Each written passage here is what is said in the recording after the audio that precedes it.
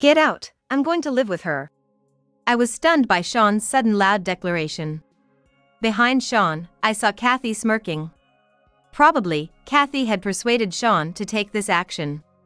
Regaining my composure, I thought for a moment and responded. I was glad I had been suspicious and investigated. I had already started moving towards divorce, so Sean choosing Kathy didn't matter to me. But their naivety was astounding. Telling me to leave, how dare they? Fortunately, I have a strong ally. I'm going to teach these two a lesson about reality. My name is Margot McLean, a 30-year-old office worker. I met my husband, Sean, at the same company we worked at. Sean, from a different department, worked in sales while I was in planning. We first met at the company-wide welcome party for new employees. We happened to sit next to each other and hit it off, exchanging contacts then and there. A few months later, he asked me to go out, but I was new and too busy learning my job to think about dating. Sean said, "I'll wait until you're ready." 2 years had passed, and by then, I had become quite proficient at my job. On my 24th birthday, when we went out for dinner together, we decided to have a relationship. Sean was very handsome, and dating him made me the envy of many. After 3 years of dating, he proposed, and we got married. I lived alone in a house, and Sean moved in with me. I have a close sister. Her name is Mina Turner, a designer currently working overseas. I told Mina about living with Sean. Mina, who couldn't come to our wedding, said, "Then I'll send a gift to your home," and she gave me clothes she designed. Since living with Sean, Mina has returned home twice, but hasn't met Sean due to scheduling conflicts. She kept saying that I'll definitely meet him someday. We agreed that I would become a homemaker once we had children, but for now, we were both working hard. Recently, however, Sean's behavior changed. He used to always refuse business trips, but now he went on them frequently and started coming home late from drinking. Sometimes he wouldn't come home at all after a night out. When I asked where he stayed, he would only say at a friend's. Thinking about why he started acting this way, I remembered hearing rumors. Rumors were about a woman named Kathy, who started working. Kathy was very cute and seemed like the kind of woman men would want to protect. Perhaps because of this, she wasn't well liked by the female employees. Kathy was known for her numerous rumors involving men. She was close to Sean, and rumors were that Kathy was targeting him. At the time, I thought these were baseless rumors and ignored them.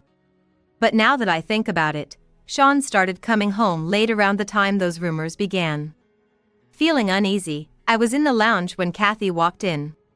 It felt awkward, so I decided to leave and then noticed the scent of her perfume.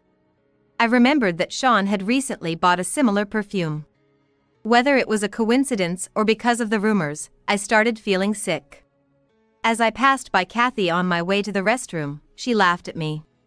That moment turned my suspicions into convictions, but I lacked proof. I decided to gather evidence of Sean's infidelity. The day before Sean said he was going on a business trip, I asked a reliable supervisor at work if Sean was really going. It turned out Sean had taken 3 days off. My supervisor asked, "Isn't Sean's mom unwell? Aren't you taking any time off?" To which I responded with a denial. I hadn't heard about my mother-in-law being sick, and she seemed fine when I last called. After discussing my suspicion that Sean might be cheating with my supervisor, I was given the same days off as Sean. I used those 3 days to follow Sean. When I got home early, Sean asked, "What happened to your car?" I lied that it was having issues, so I borrowed a replacement, and he believed me without question. In reality, anticipating Sean would use the car, I had rented one the day before and left my car at my parents' house. The next day, as expected, Sean left in the car, and I discreetly followed him. He headed to an apartment. I waited in a position where I could see the entrance. Of course, I was ready to take evidence photos with my phone. Sean either had a key or the door was unlocked, as he entered by himself. An hour later, the door opened again, and I saw Sean and Kathy come out. Sean had gone to Kathy's apartment. I was prepared, but seeing the happy couple in front of me, I couldn't hold back my tears. Then they got into the car and drove off, so I followed them. They headed to a jewelry shop. I parked a little far in a parking lot and entered the shop. I had disguised myself just in case, which allowed me to follow them. They were looking at rings, and from eavesdropping, it seemed they were selecting an engagement ring. Sean, already married, what was he thinking? I was irritated. They chose an expensive-looking diamond ring. Afterward, they went to a fancy French restaurant. I couldn't enter as I didn't have a reservation, but managed to capture them arm in arm entering the restaurant. I waited for them to come out and continued following.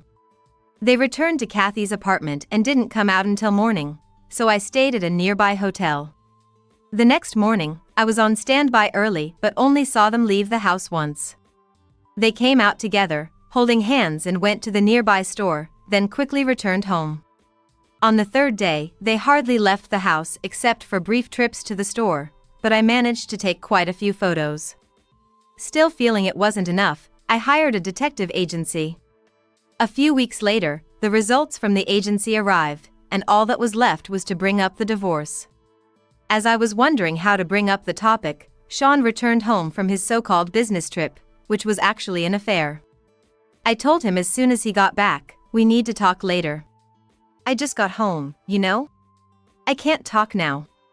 I was about to go to sleep." "What about dinner and a shower?" "I have already done them. You know, talking to you just irritates me. Can you only talk to me when I'm in a good mood?" "Margot, you've really aged. You don't even bother with makeup at home, it's like you've given up being a woman." Laughing, Sean returned to his bedroom. I was irritated. Everyone ages, and it's okay to be without makeup at home. Besides, how was I supposed to know when he was in a good mood? For now, I decided to drop the divorce talk, take a shower, and go to bed. The next day, after finishing work on time, I hoped I could finally have the conversation. To my surprise, Sean came home much earlier than usual. The heavy footsteps in the hallway and the unusual air about him made me uneasy. The next moment, he burst into the living room. "I'm going to live with her, so get out." I was stunned by Sean's sudden loud declaration. Behind Sean, I saw Kathy smirking mischievously. Probably, Kathy had convinced Sean to act this way. Trying to stay calm, I asked Sean for a reason. "Why? What happened all of a sudden?" "Kathy, she only has 6 months to live. I want to spend as much time as possible with her, to create memories. She said she always wanted to live in a house like this. So, Margot, you need to leave." Kathy stuck out her tongue from behind Sean. I was infuriated by her actions, but then got an idea for a satisfying revenge. Telling them to wait, I went to the bedroom to get something I had prepared. When I returned to the living room, they looked puzzled. I said, "Fine, thinking this isn't my house anyway." "Great, Sean." "Sorry, Margot, for taking your husband." It's okay. "So, Sean, can you sign this right away?" I said, handing him the divorce papers, and Sean looked a bit bewildered. However, Kathy urged him, saying hurry up and sign it, and Sean reluctantly signed the divorce papers. After confirming the signature, I showed them the compensation agreement prepared by my lawyer. They were shocked. Sean asked, "Why did you prepare this?" But I was ready for divorce anyway, so it was only natural. I demanded $60,000 from Sean. Sean agreed to the amount. Kathy was clearly unhappy. "I only have 6 months to live, and you're demanding compensation from a poor girl like me? You're a monster." "Poor girl? Okay, let's do this. If you're still alive after 6 months, then I'll demand the compensation then, and it'll be $1 million. How about that?" I made a bold proposal to Kathy. Later on, I requested the lawyer to proceed with our divorce. I was profoundly grateful that I had recorded the conversation about the divorce on my cell phone for evidence. After all, evidence is crucial. Since I'm off tomorrow, I'll pack up and leave the day after tomorrow. Oh, and don't worry, I'll file the divorce papers right after this. So, this meeting is over now. Hurry up and leave, I said, concluding the discussion. Sean and Kathy left hand in hand, looking cozy together. I started packing as soon as I got home and called my sister Mina. She found my strategy amusing and said, "That sounds interesting." I always knew she was a great sister. Mina was planning to return from abroad in 6 months, so we decided to carry out the revenge then. The next day at work, everyone was talking about us. The rumor was that Kathy had finally snatched a married man. Unable to bear their sympathetic glances, I went to another room to get some materials for the day. When I opened the door and turned on the light, there was Sean and Kathy. Kathy was clinging to Sean, and they froze when they saw me. I quickly took a photo with my cell phone and left the room. Then, I rushed to report the incident to my supervisor and showed the photo. My supervisor was furious, knowing about the affair. Soon after, the two of them were called to the president's office with me. As I told everything, Sean tried to explain away the incident in the room as a misunderstanding. However, the company had recently installed cameras in each room that could capture clear footage even in the dark, and of course, there was footage from the room. With no way out, Sean faced a cancellation of raise. Kathy couldn't renew her contract. Sean, unable to bear the scrutiny, resigned voluntarily. Finally, I could return to a peaceful life. 6 months later, I was at the airport to pick up Mina. We reunited and chatted on our way back to my former home. Mina used her key to enter the house. As we walked in, I stayed behind Mina, recording everything. You! What are you doing entering someone else's house? This is my house, though? I joined in. Hey there. Marco? Yes, this is my sister's house. Didn't you know? Indeed, the house belonged to my sister Mina. I had been living there at Mina's request to take care of it while she was away. That's why I reported to Mina when I started living with Sean, and she gave her permission. Moreover, the utility bills were automatically paid from Mina's account. It was a thoughtful arrangement Mina made for my convenience. Had Sean not realized he hadn't been paying for utilities all this time? Normally, I think they'd notice right away, but maybe they're just daydreaming. Even so, Kathy had been living alone, so she should have known about utilities. But the fact that she didn't realize it is beyond surprising. It's actually hilarious. I brought a copy of the half-year statement since you and Margot divorced. Wonder how much it adds up to. Let's see, including the alimony, the amount to buy this house would be $500,000, right? Sean is shocked looking at the statement. Hearing our voices, Kathy comes out of the bedroom. Why are you here? And who is that woman? Oh, this is my sister Mina. Besides, it's Mina's house, so it's not odd for the owner to be here, right? You look well, that's good. Now you can pay the money. As I say that, Kathy mutters "oh no" under her breath. Sean says, "I don't have such a large sum as $500,000. Then, should I sue you for trespassing?" I pretend to call the police. Sean hastily says he'll figure something out. Just then, the doorbell rings. It seems the lawyer I called has arrived. Since we're here, let's have a detailed discussion with the lawyer present. The lawyer who helped me during my divorce seemed to have a good grasp of the situation. When the lawyer handed Sean the official documents, he visibly slumped in disappointment. Kathy starts to get angry again. I didn't know this wasn't Sean's house. I was told it was his, so I just lived here. Well, it doesn't really matter. Let's have Sean pay up. Kathy was making a fuss, saying she made no such promise and there's no proof, and that $60,000 is too much. So, I played the recording of our conversation from 6 months ago. See, there's your proof, I say, and she can't say anything back. Sean suddenly realizes something. By the way, Kathy, you mentioned earlier about having only 6 months to live. What's that about? Kathy tries to change the subject. Okay. We'll pay, just leave. With that, we quickly leave. Sean ends up buying the house from Mina, but considering the amount, he decides to sell it instead. About a month later, Sean visited my parents' house. I hesitate but decide to open the door, thinking it could be interesting. Glad you're home. I wanted to talk to Margot. Is that okay? Sure. If it's here, that's fine. Make it quick. So, what's up? Sean's story boils down to him claiming he was deceived and wasn't in the wrong. He initially refused Kathy's advances but ended up getting involved with her after going out for drinks just once. He said the relationship just kind of dragged on from there and he felt powerless to stop it. I see, so you couldn't help it. Poor you. You understand, Margot? No, I don't. People who really couldn't help it wouldn't act like this. I showed him the photos I took when I followed him. Sean falls silent. After a while, Sean starts talking again, as if remembering something. Right, I didn't want a divorce. It was Kathy's fault, that was the part one couldn't help. I ask why he didn't want to divorce, and Sean starts explaining. Kathy was a cute affair partner. It seems she had a terminal illness with only 6 months to live and was going to leave Sean. So, Sean's plan was to not divorce and spend those 6 months with Kathy, then come back to me. Hearing this gave me the creeps. I seriously wondered if a few screws were loose in his head. Then, unexpectedly, Kathy, who shouldn't know where my parents' house is, showed up. Sean!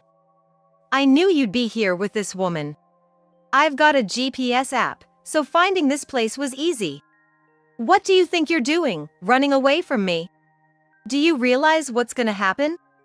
Apparently, Sean had fled to my place to escape from Kathy. He tried to run away after finding out her terminal illness was a lie, but Kathy was clingy and wouldn't let him go. He came to me crying about it. Seeing this, Kathy flew into a rage and, for some reason, grabbed my arm and started complaining. It's all your fault.